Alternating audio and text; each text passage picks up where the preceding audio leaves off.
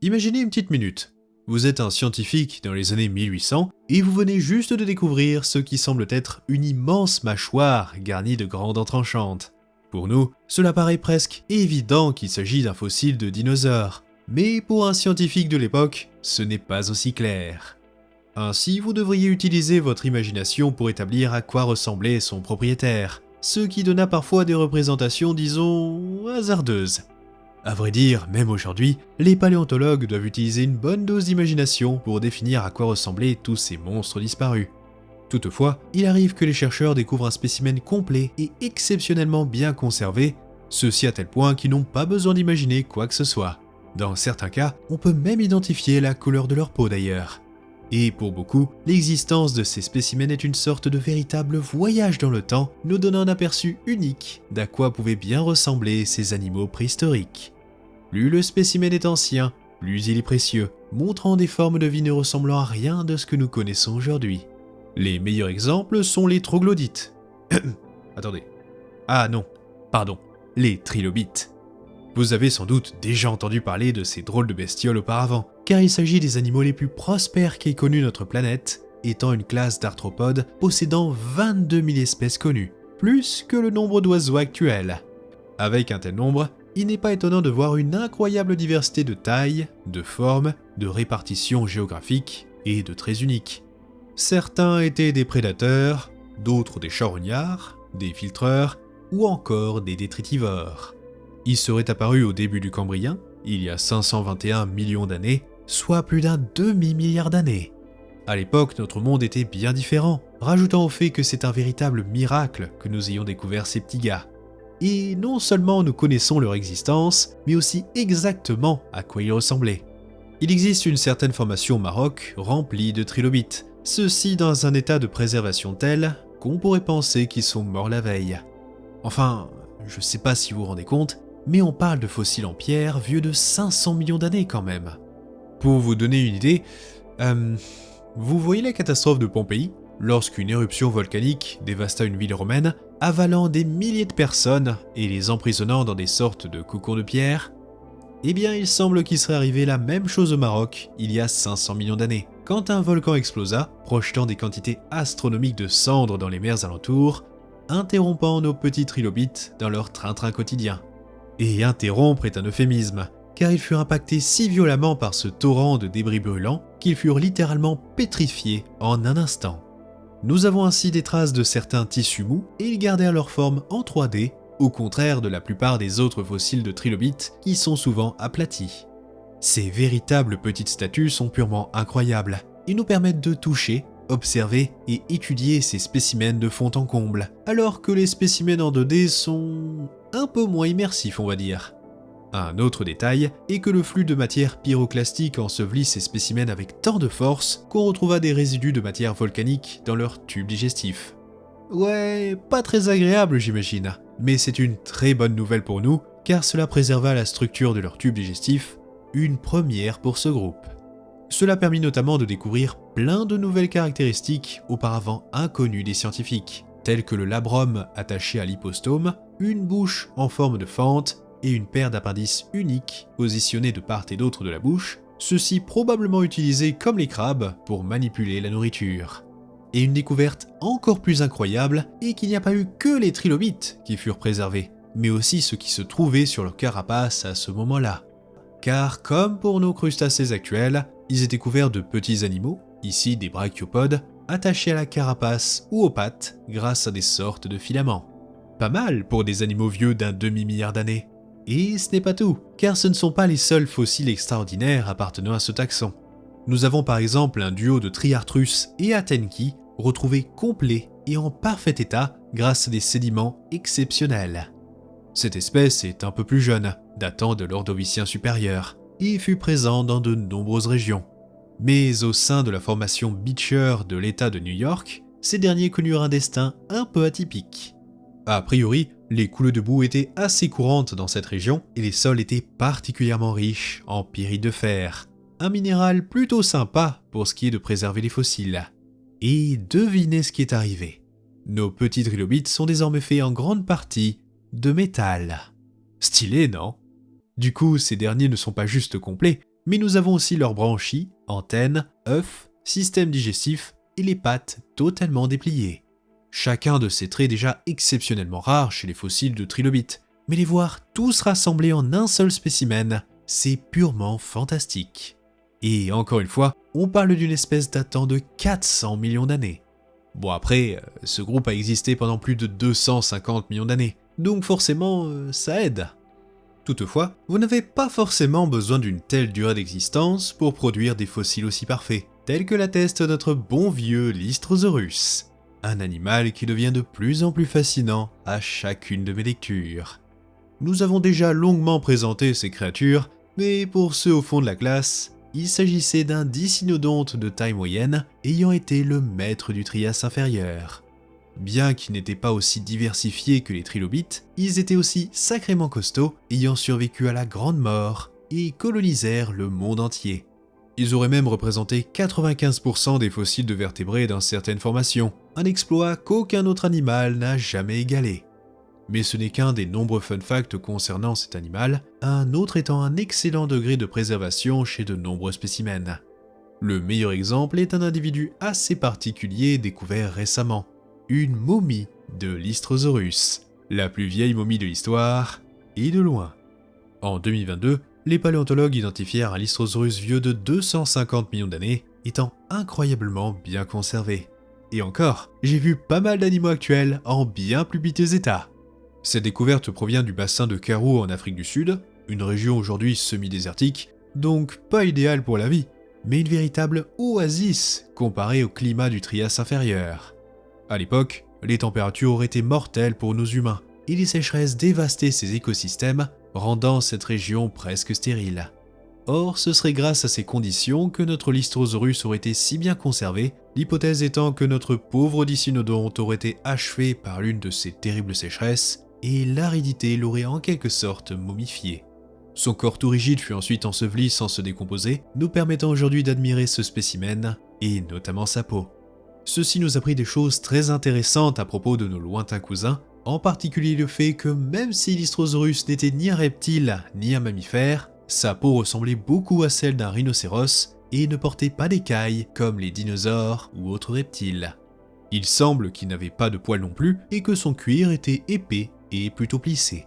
Mais ce qui est encore mieux est que ce spécimen n'est pas si unique, car 7 autres de ses camarades furent découverts, tous en très bon état, et un étant aussi une momie. Le fait qu'ils moururent tous ensemble, et probablement au même moment, nous en apprit beaucoup sur leur environnement. Bien que Lystrosaurus ait réussi à endurer la Grande Mort, et d'ailleurs j'ai sorti un épisode sur le sujet il y a quelque peu, la Terre était toujours un véritable enfer. Donc même ce survivant de l'enfer subit de plein fouet les sécheresses, et ces conditions extrêmes auraient contribué à son extinction à la fin de l'Indusien. Ces momies, ainsi que nos amis trilobites, sont des spécimens hors du commun, notamment car il s'agissait d'animaux complets et bien détaillés. Toutefois, les fossiles n'ont pas forcément besoin d'être entiers pour être exceptionnels, et juste un morceau du corps suffit à faire avancer la science. Or, notre prochain exemple est le plus incroyable fossile de pliosaures découvert, montrant au passage à quel point ces animaux étaient terrifiants.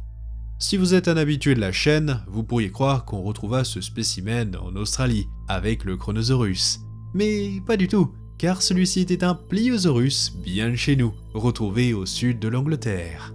Ce pays est aujourd'hui plutôt froid, humide et pas particulièrement riche en créatures effrayantes.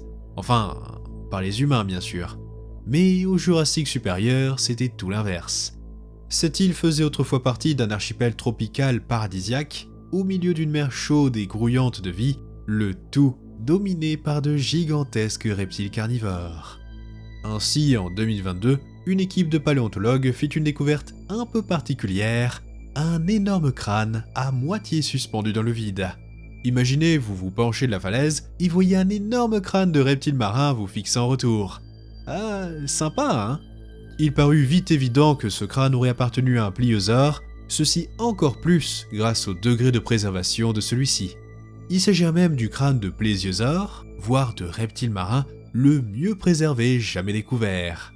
De plus, ce dernier est gigantesque, dépassant les 2 mètres de long et faisant de lui l'un des plus gros crânes de pliosaures découverts, ayant potentiellement appartenu à un spécimen dépassant les 10 mètres pour presque 10 tonnes. La tête est entière, avec tous ses os clairement visibles, mais ce sont surtout ses dents qui fascinent le plus. En effet, malgré leurs 150 millions d'années, celles-ci sont si bien conservées que vous pourriez vous couper la main dessus, notamment grâce à certaines caractéristiques ayant survécu au passage du temps, telles des crénelures sur les côtés, des carènes et des rainures. Ces dents affûtées faisaient de notre ami un prédateur terriblement efficace, les crénelures permettant aux dents de s'enfoncer profondément dans la chair, puis les rainures aidaient à les en retirer, et ainsi il pouvait mordre ses victimes encore et encore. Et même si sa proie s'échappait, elle aurait été victime d'effroyables hémorragies ou aurait perdu un morceau en route, amenant au final à une mort certaine. De plus, le tout était renforcé par la puissance de ses mâchoires, permettant une morsure 2 fois plus puissante que nos crocodiles marins actuels. Mais s'il y avait que ça, car oui, ce crâne nous apprit aussi que ces animaux étaient équipés de capteurs de pression, ceux-ci connectés à de nombreux nerfs, permettant aux pliosaurus de détecter les mouvements dans l'eau. Une adaptation particulièrement utile pour traquer ses proies dans n'importe quelle situation. Bien que nous n'ayons que le crâne, les scientifiques l'ayant découvert semblent persuadés que le reste du corps est encore là, quelque part. Et toute la communauté paléo croise les doigts pour qu'un jour il soit découvert. Ok, jusqu'à présent je vous ai présenté quelques spécimens particuliers, mais il existe aussi des formations entières remplies de fossiles à couper le souffle. Du moins pour un paléontologue. Laissez-moi vous présenter les Lagerstätte. Il s'agit d'un type de formation géologique composée de sédiments uniques qui permirent de préserver certains organismes à un niveau rarement égalé. Ceux-ci seraient causés par des zones anoxiques menant à une faible activité bactérienne et donc à une décomposition ralentie. Ce qui est le plus intéressant, c'est que nous avons des Lagerstätte datant de nombreuses époques différentes, offrant des informations inestimables sur la faune à travers le temps. Toutefois, parmi tous ces sites, il en est un qui sort du lot, le plus connu d'ailleurs. Ceci grâce à la qualité des fossiles qu'il renferme. Il serait l'un des plus vieux connus, mais dépasse même les plus jeunes en termes de préservation, contenant nombre de fossiles d'animaux cormous d'ailleurs. Je veux bien sûr parler des schistes de Burgess. Ce site légendaire est situé sur la côte ouest du Canada, et quand je dis légendaire, ce n'est pas une exagération. Tout comme les trilobites vus précédemment, ces roches datent d'il y a plus d'un demi-milliard d'années, 508 millions pour être exact, et il est unique, même pour Lagerstätte.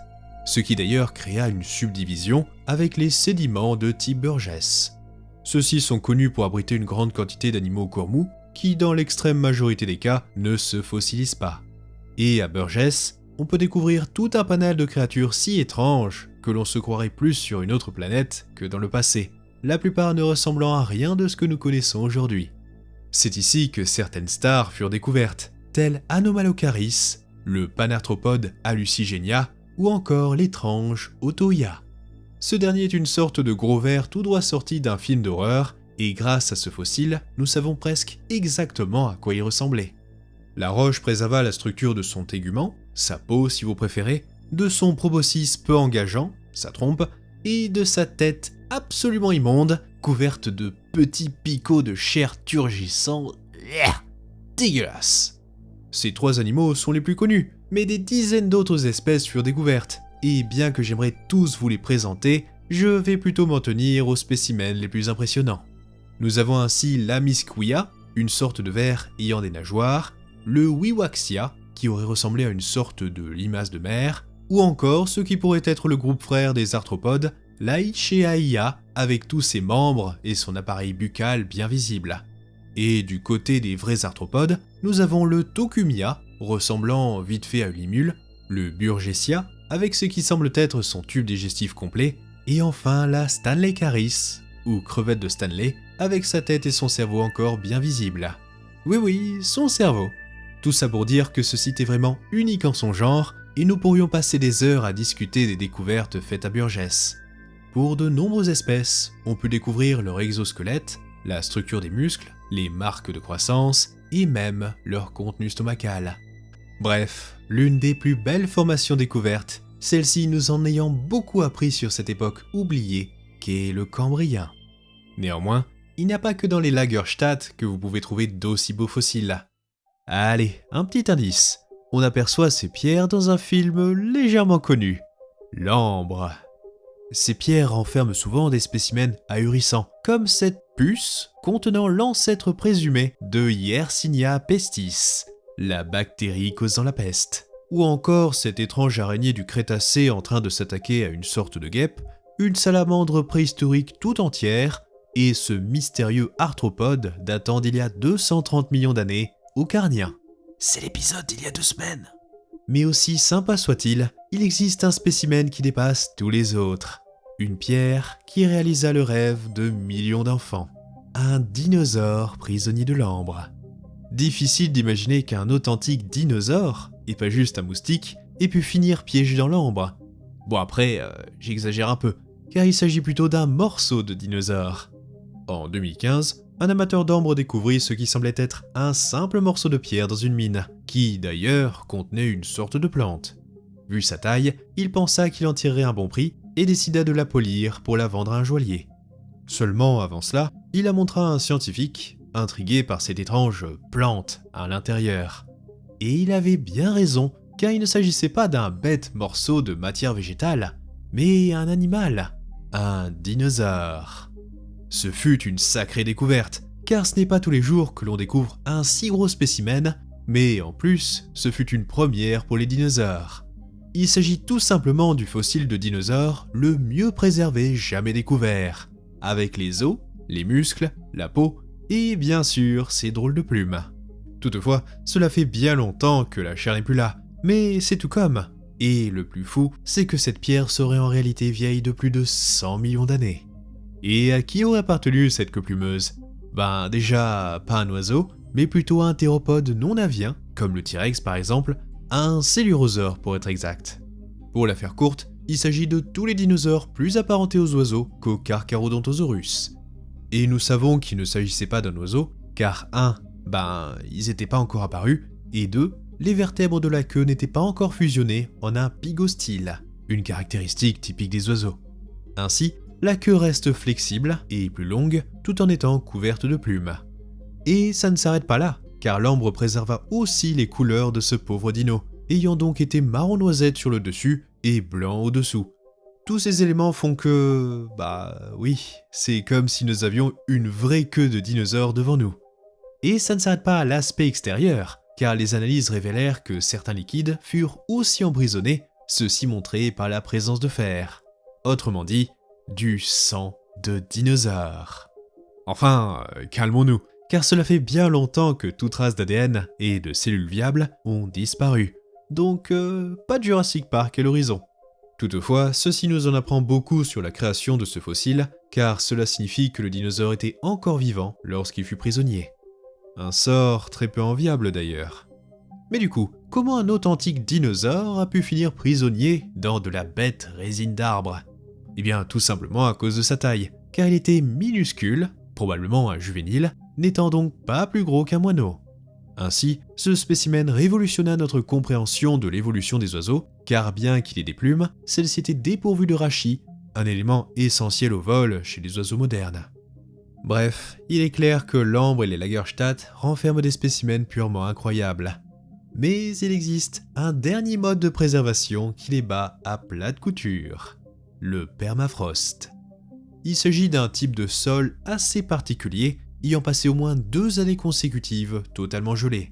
Bon, ça c'est la définition officielle, mais la plupart sont bien plus anciens et certains permafrost sont vieux de 700 000 ans. Voyez ça comme une sorte de giga-congélateur. Et dans ces sols assez particuliers, les paléontologues découvrirent de nombreux trésors, notamment des animaux quasiment intacts datant du Pléistocène.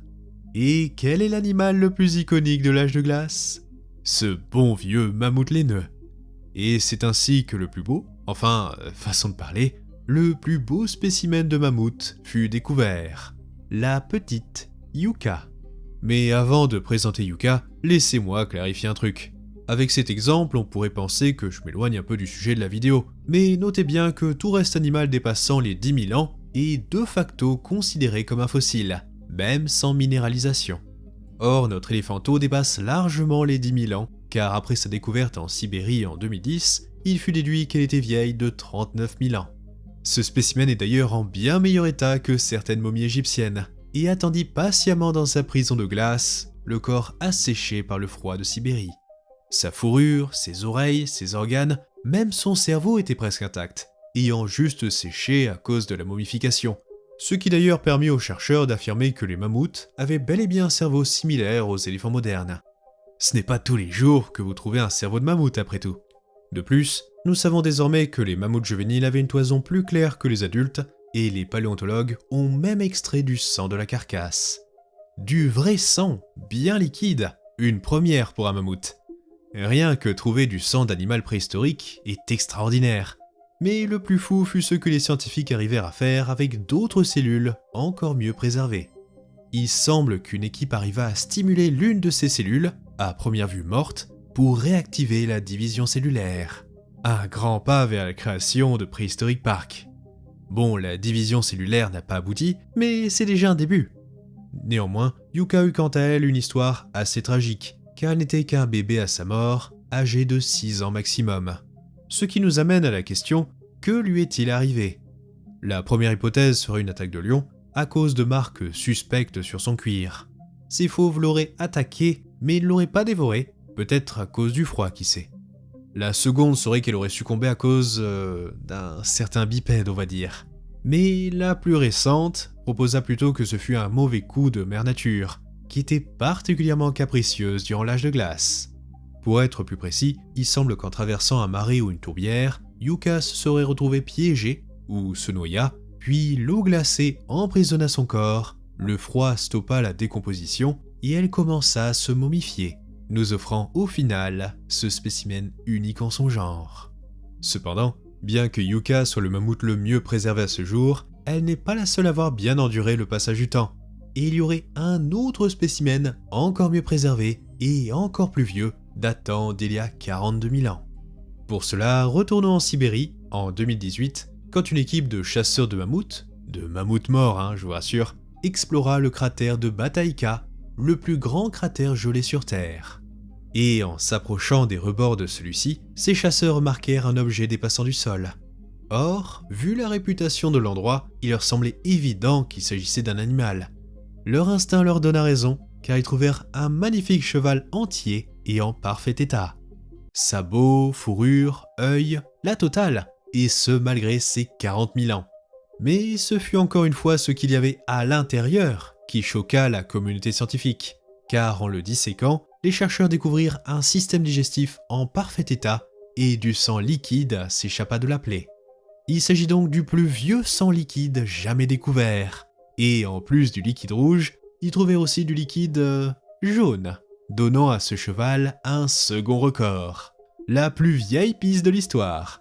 Et ce que les généticiens arrivèrent à faire avec ces liquides, enfin surtout le sang, est encore plus extraordinaire qu'avec Yuka, car en plus d'extraire de l'ADN, ils réussirent à faire reproduire ces cellules. Un grand pas vers la désextinction de cette espèce, car on pourrait éventuellement cloner cette créature. Malheureusement, ce n'est pas pour demain, car la désextinction n'est pas une chose aisée. Et oui, en effet, il ne s'agit pas d'un cheval ordinaire, celui-ci appartenant à une espèce depuis longtemps disparue, le cheval de Léna, Equus lenensis. Un cheval préhistorique parcourant les vastes steppes glacées de Sibérie de la fin du Pléistocène à l'Holocène, l'espèce ayant disparu il y a seulement 5000 ans. Ces derniers étaient en moyenne plus petits que nos chevaux actuels, mais possédaient une musculature et un corps plus épais, les aidant à endurer les terribles conditions climatiques de la région, avec parfois des températures descendant sous les moins 70 degrés. Assez froid pour vous geler les yeux en 1 minute. C'est toujours fascinant d'avoir des animaux aussi mignons et badass en même temps. Les mystères de l'évolution, j'imagine. Et c'est avec ce petit poney des glaces que se termine notre voyage dans le temps. Puissions-nous trouver toujours plus de ces fantastiques spécimens, nous offrant un aperçu unique du passé de notre planète. Merci de votre attention, et on se dit à la prochaine aux eaux perdues.